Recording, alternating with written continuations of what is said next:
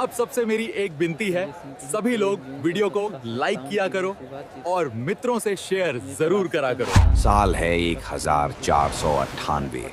अरब सागर की लहरों को चीरता हुआ एक जहाज भारत की धरती की ओर बढ़ रहा है। इस जहाज पर सवार है एक यूरोपीय नाविक वास्को दा गामा और इसी के साथ शुरू होती है भारत में यूरोपियों के आगमन की कहानी।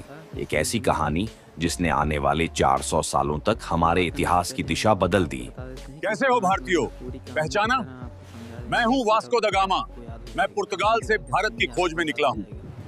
ये वो दौर था जब भारत को सोने की चिड़िया कहा जाता था और यूरोप की निगाहें इसी चिड़िया पर टिकी थीं। मसाले, सोना, व्यापार और सत्ता की लालसा। आज से शुरू हो रही है हमारी सीरीज कमिंग ऑफ यूरोपियंस, जहां हम आपको पढ़ाने के साथ साथ दिखाएंगे भी कि कैसे पुर्तगाली, डच, अंग्रेज और फ्रांसीसी भारत पहुंचे और कैसे शुरू हुई औपनिवेशिक भारत की कहानी। तो चलिए चलते हैं 15वीं सदी के समंदरों की ओर, जहां से भारत में यूरोपीय साम्राज्य की नींव रखी गई। आइए पहले ये सवाल का जवाब ढूंढते हैं, आखिर यूरोपीय भारत गए ही क्यों? ऐसी क्या परिस्थितियां बन गई थीं जो वो समुद्र के रास्ते भारत की ओर बढ़े? देखिए, यह है 14वीं सदी और 15वीं सदी का यूरोप। एक ऐसा समय जब पुरानी सोच टूटने लगी थी और नई दुनिया जन्म ले रही थी।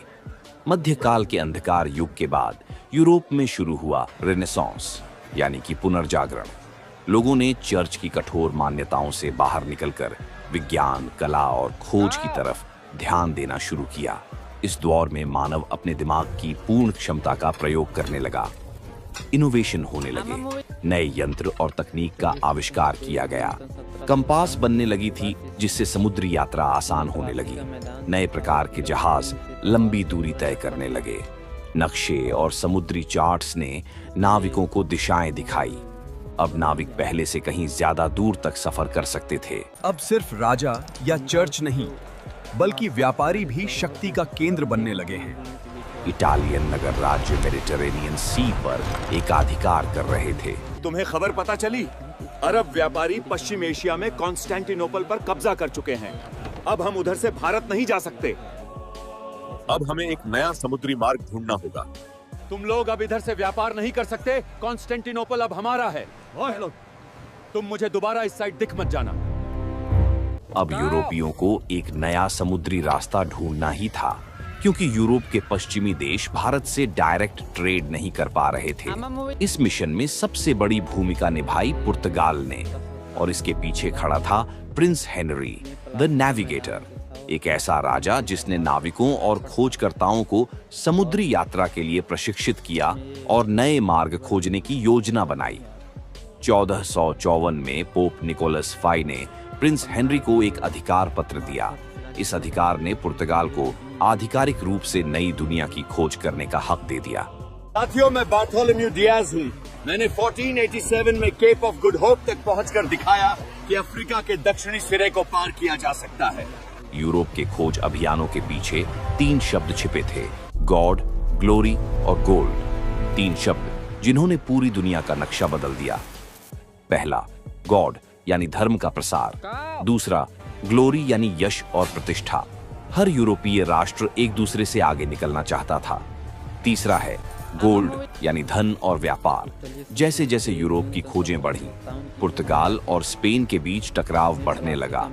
दोनों देशों का लक्ष्य था नए नए भूमि और समुद्री मार्ग पर कब्जा करना। दोस्तों, स्पेन और पुर्तगाल के मध्य व्यापार को लेकर झगड़े बहुत बढ़ गए हैं। इसीलिए अभी हमने ट्रिटी ऑफ टॉर्देसिलास नामक एक समझौता किया है। ये एक ऐसा समझौता है जो दुनिया के नक्शे को बदल देगा। हमने दुनिया को एक काल्पनिक रेखा से 2 भागों में बांट दिया है। पुर्तगाल को अब से पूर्व में व्यापार का अधिकार होगा, यानी अफ्रीका, भारत और एशिया तक। और स्पेन को अब से पश्चिम में, यानी अमेरिका की ओर व्यापार करने का अधिकार होगा। इस ट्रीटी ने तय कर दिया कि कौन सी यूरोपीय शक्ति कहां व्यापार करेगी, और इसी नियम ने आगे चलकर भारत में पुर्तगाली अधिकार की नींव रखी और स्पेन यात्री क्रिस्टोफर कोलंबस ने अमेरिका की खोज की। वो रहा नया संसार, यानी ट्रीटी ऑफ टोर्देसिलास सिर्फ एक समझौता नहीं, बल्कि दुनिया के इतिहास में यूरोपियों के औपनिवेशिक खेल की शुरुआत थी। इसी ट्रीटी के प्रभाव में 1497 में वास्को दा गामा सीधे भारत की ओर अपनी साहसी यात्रा पर रवाना हुआ। यहीं से शुरू होती है गॉड, ग्लोरी और गोल्ड की कहानी। केप ऑफ गुड होप पर उसे गुजरात का एक व्यापारी मिलता है जिसका नाम अब्दुल मजीद था। उसने भारत तक पहुंचने में उसकी मदद करी। 21 मई 1498 महीनों की यात्रा के बाद वह कैलिकट यानी आज का कोझिकोड पहुंच गया। समुद्रगुप्त राजा जमोरिन ने उसका स्वागत किया। वास्को हाथ जोड़ते हुए झुकता है और कहता है, मैं पुर्तगाल के राजा मैनुअल का दूत हूं। हम भारत से मित्रता और व्यापार चाहते हैं। वास्को ने राजा को उपहार दिए, कांच की बोतलें, टोपियां, कपड़ा, चीनी और शहद। पर दरबार में ये सब तुच्छ माना गया क्योंकि भारत में तब सोना, रेशम और मसाले आम थे। पहला सौदा छोटा था पर असर गहरा। जब वो लौटा, जहाज भरे थे सोना, मसाले और कहानियों से। हर एक निवेशित रुपया 100 गुना मुनाफे में बदल गया। यूरोप के लिए ये सिर्फ व्यापार नहीं था, ये था भारत खजाने का रास्ता। पर लालच की आग बुझती नहीं। 1499 में वास्को लौटा और बस एक साल बाद पुर्तगाली ताज ने भेजा एक नया नाम, पेड्रो आल्वारेस काब्राल। उसके जहाज रास्ता भटक गए और उसने तब ब्राजील की खोज की। वो भी पुर्तगाल का हिस्सा बन गया। वापसी में काब्राल भारत पहुंचा। कैलिकट में अरब व्यापारियों से उसकी भिड़ंत हुई थी।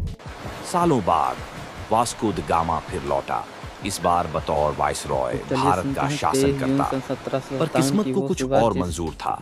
यही कोचीन में वास्को दा गामा ने आखिरी सांस ली। पूरा लटपट था। और तो साथियों, ये था हमारा पहला एपिसोड। ये यूरोपियों के भारत में आगमन का बस इंट्रो मात्र ही था।